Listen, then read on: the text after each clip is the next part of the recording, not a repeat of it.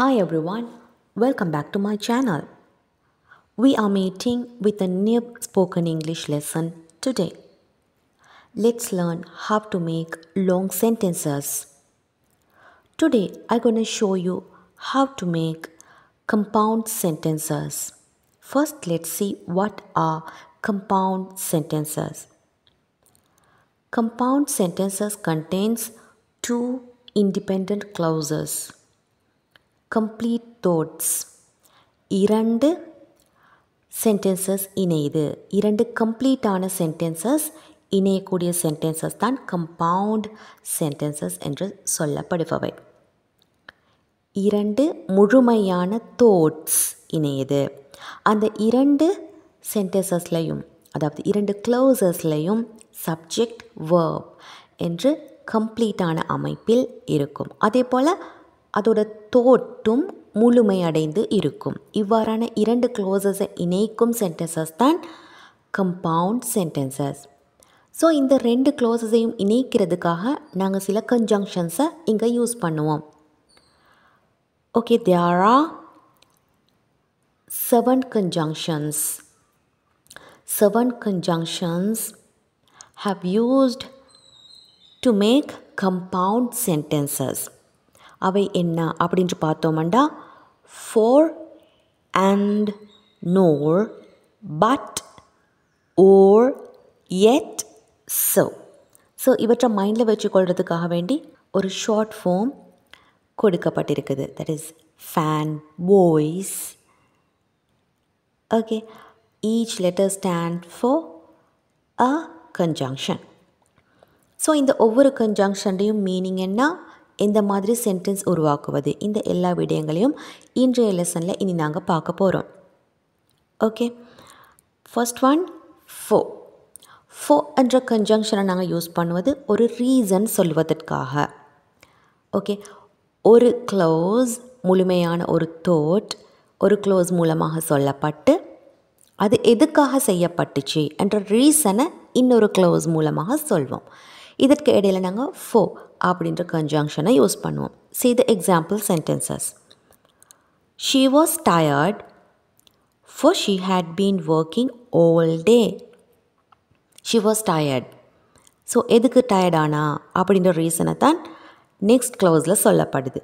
For she had been working all day. Look at both of these clauses. இரண்டு க்ளோசஸ்லையும் subject verb உள்ளது. அதே போல் ரெண்டு தோட்ஸும் கம்ப்ளீட்டாக இருக்குது. அதாவது ரெண்டு சென்டென்ஸை நீங்கள் வெவ்வேறாக எடுத்து பேசினாலும் அது முழுமையான மீனிங்கை கொடுக்குது. She was tired. She had been working all day. இரண்டும் முழுமையான தோட்டை கொடுக்குது. அண்ட் ஆல்சோ இவற்றை இணைச்சி எங்களுக்கு ஒரு கம்பவுண்ட் சென்டென்ஸையும் உருவாக்கலாம். அதுக்காக நாங்கள் for அப்படின்ற கன்ஜங்ஷனை யூஸ் பண்ணுறோம். She was tired for she had been working all day. Another example, I stayed home for it was raining. So மழை பெய்யுது அப்படின்ற அந்த காரணத்துக்காக நான் வீட்டில் இருந்தேன். I stayed home for it was raining. So ரீசனை நாங்கள் சொல்வது for என்ற கன்ஜங்ஷனை முன்னாடி சேர்த்து. Understood? Next conjunction and. and அப்படின்றது அடிஷனுக்காக யூஸ் பண்ணப்படுவது. அதாவது ரெண்டு தோட்ஸை நாங்கள் சேர்க்கிறதுக்கு, இது மற்றும் அடுத்தது என்று இரண்டு முழுமையான தோட்ஸை இணைக்கிறதுக்கு நாங்கள் and யூஸ் பண்ணுவோம். For example, he likes coffee and she prefers tea. So இங்கே ரெண்டு சென்டென்ஸும் முழுமையானவை, ரெண்டு க்ளோசஸும் முழுமையானவை. சப்ஜெக்ட் வேர்ப் இணைந்து இருக்குது. அதே போல் முழுமையான தோட்ஸை கொடுக்குது. தனித்தனியாகவும் யூஸ் பண்ணக்கூடியதாக இருக்குது. பட் நாங்கள் மற்றும் என்று இணைக்கிறோம். He likes coffee and she prefers tea. She loves to read and she writes every day. She loves to read and she writes every day. ரெண்டு சென்டென்ஸும் சப்ஜெக்ட் வேர்ப் கொண்டு இருக்குது. Next conjunction nor. nor. nor என்பது negative அடிஷன்ஸ்க்காக use பண்ணப்படுவது. இரண்டு நெகட்டிவான விஷயங்களை ஒன்றிணைப்பதுக்காக. For example, he didn't study nor did he complete the assignment. he didn't study, nor did he complete the assignment. So இங்கே நாங்கள் ஃபர்ஸ்ட் விஷயத்தை நெகட்டிவாக சொல்கிறோம். he didn't study nor did he complete the assignment. Look at the second one. Second clause எப்படின்னு சொன்னால் நாங்கள் அதை நெகட்டிவாக சொல்வதில்லை, பட் நோர் என்று சேர்த்ததால் இந்த இடத்துல அதுவும் நெகட்டிவ் மீனிங்கை தான் கொடுக்குது.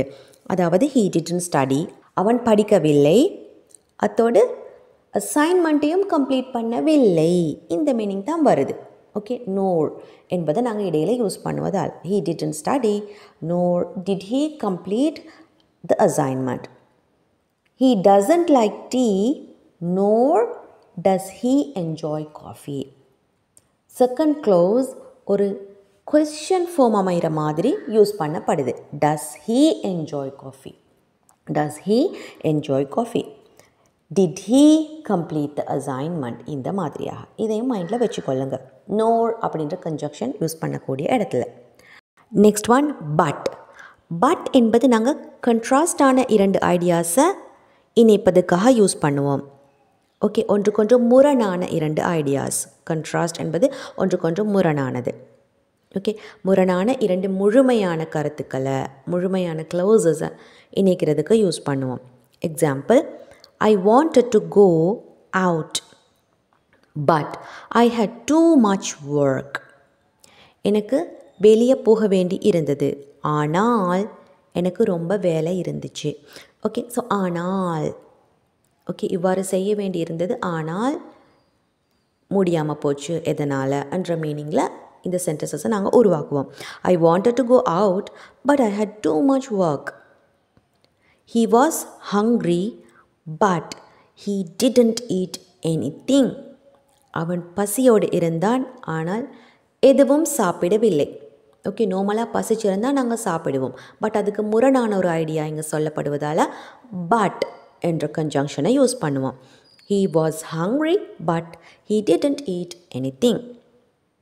நெக்ஸ்ட் ஒன் or என்பது choices, alternatives. அதாவது ஒன்றுக்கு பதிலாக இதை செய்வோமா அதை செய்வோமா இந்த மாதிரியாக ஆல்டர்னேட்டிவ் ஐடியாஸ் பற்றி, சாய்ஸஸ் பற்றி பேசுகிறதுக்கு நாங்கள் ஓர் என்று யூஸ் பண்ணுவோம். தமிழ் மீனிங்கண்டா அல்லது அப்படின்றத எங்களுக்கு சொல்லலாம். Example, we can watch a movie or we can go to the park.